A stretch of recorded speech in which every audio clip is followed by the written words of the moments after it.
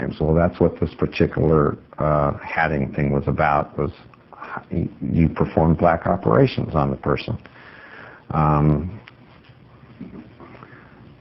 The first type of black operation would be to, okay, if the guy doesn't have any actual crimes, well, let's make him guilty of some crimes. Manufacture some crimes, right? Set them up, sting operation type stuff.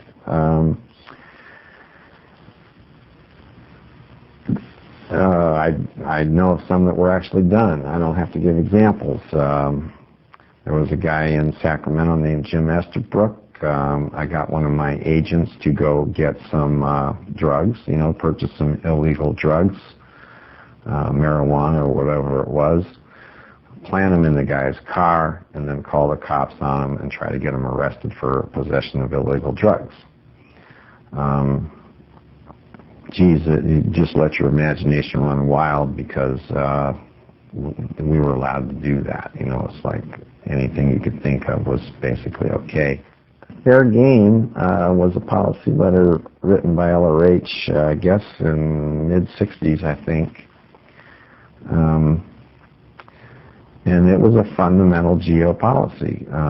Fair game meant that a Scientologist could do anything to an enemy of Scientology. Didn't matter what it was. You could actually physically harm the person. You could lie to them, sue them into poverty, destroy the person's reputation, or destroying physically if you wanted to, with no repercussion on the Scientologist for having done it. That's what fair game means.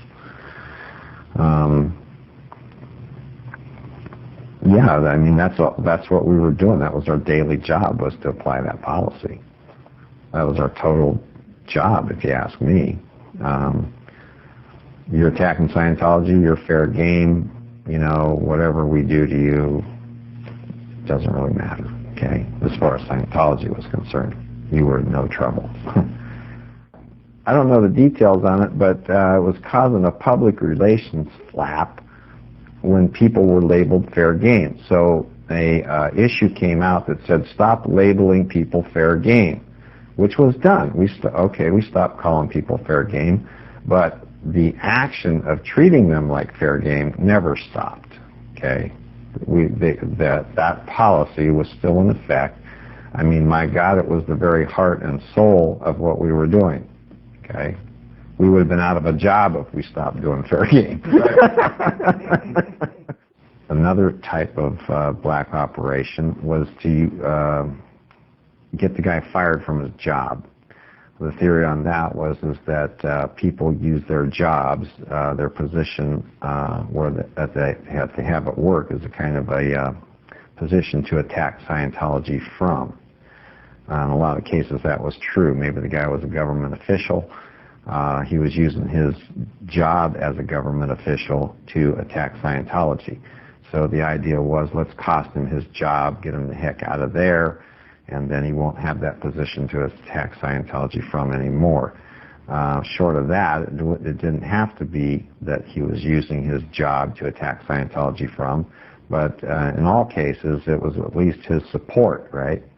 And if you cost him his job, he doesn't have money, and he's got a major problem to go deal with in his life of not having any work and income to support himself. So costing the guy his job was always a good thing to do.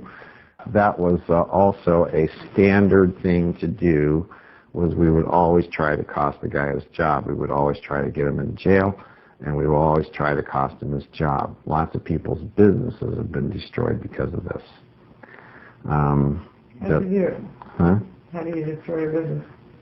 Oh, gosh, there's lots of ways. This is not a real example, but let's say that a guy has his own work, right? He has his own company. He, of course, has clients, right, that buy from him and that kind of a thing. Let's say that the guy is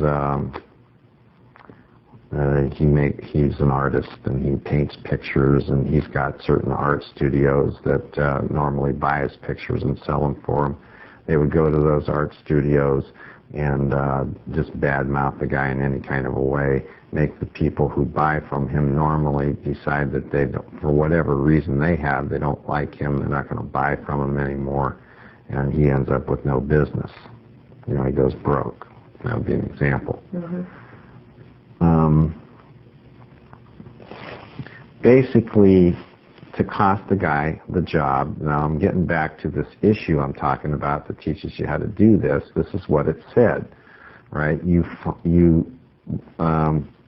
survey for the love and the hate buttons of the boss. So this guy has a boss. He's employed by this person, this company. What does the boss love and what does the boss hate? You were supposed to find that out with your spy. Or you could have found it out with a pretext interview, you know, suitable guys. Then you create situations, which are always imaginary situations, where the boss, you try to line this employee up with whatever the boss hates.